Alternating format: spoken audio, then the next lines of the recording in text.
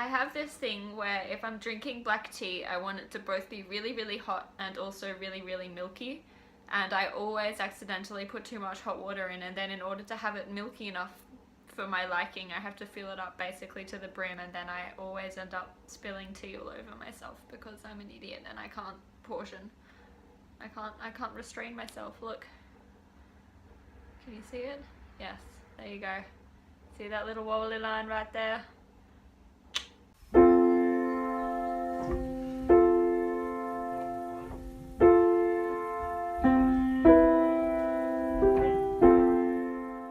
So today is actually the first day since the beginning of Talks with Tea that has actually been appropriate tea weather. It is freezing.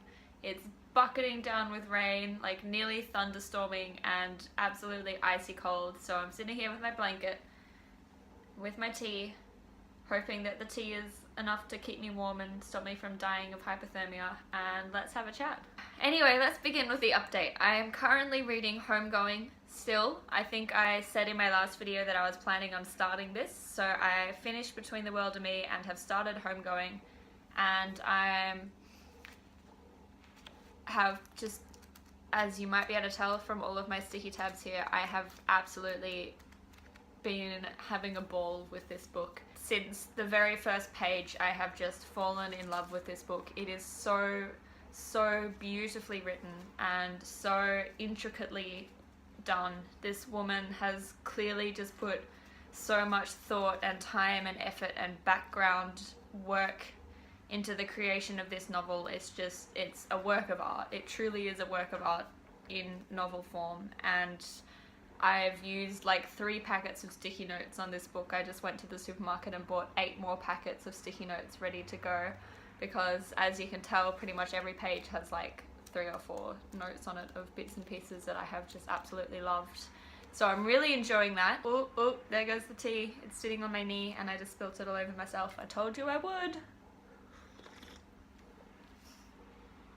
Holy hell, it is really, really hot.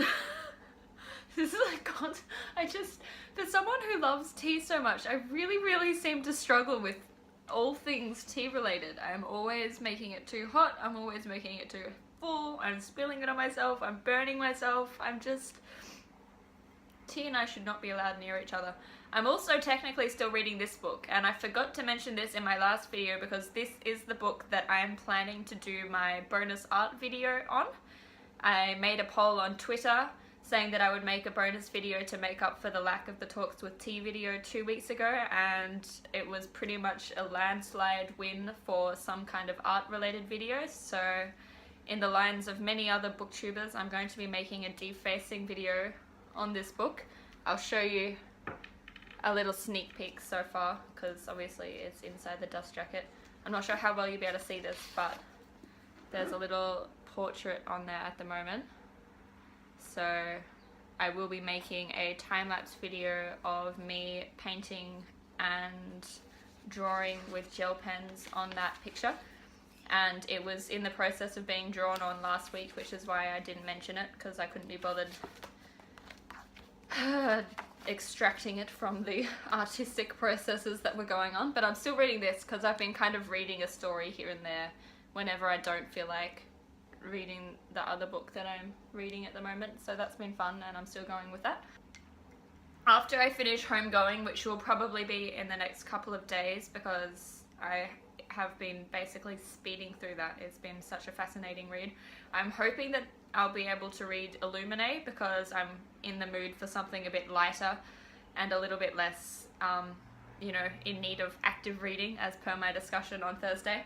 So I don't actually own Illuminae, and I highly doubt that my library will have it yet because it's often a bit behind the times, so I'm probably going to have to buy it, which is fine. I'm happy to do that. So I'll be reading Illuminae next, and I'm really excited about that, which any of you who saw my February TBR video will know because I went on a pretty massive rant about how much I desperately wanted to read that. So my latest Goodreads ad, which took me a little bit by surprise because I added so many books in the last week I couldn't really remember which one was technically my last ad, is another graphic novel called American Born Chinese. So I actually just came across this completely randomly a I don't think it was recommended to me by anyone. But clearly it kind of struck a chord with me because it sounds very similar to El Defo in that it is the story of an American-born Chinese boy starting primary school and dealing with childhood bullies and the difficulties of being an American-born Chinese boy in an American school.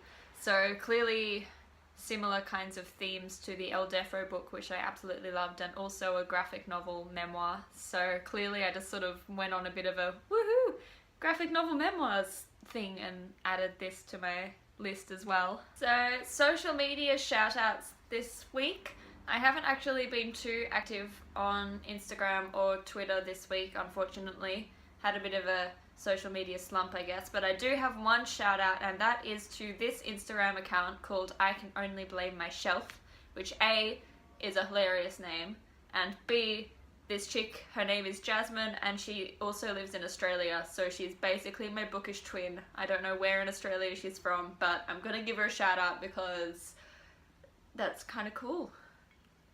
That's all I have to say.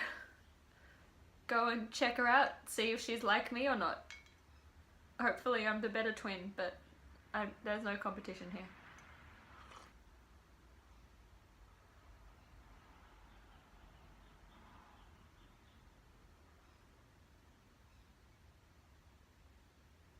So, non-bookish news. I don't really know what to say on the non-bookish news front. I guess, seeing as the main thing that's going on in my life is the job worries and changes,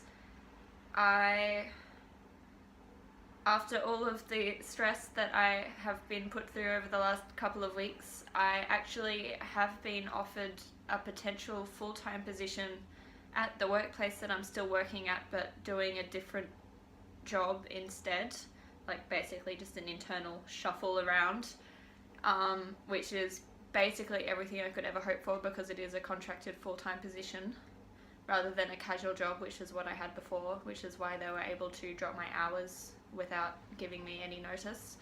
So now basically I have to decide whether that's what I really want to do or whether I should be taking this as an opportunity for a more drastic change and to push myself out of my comfort zone. But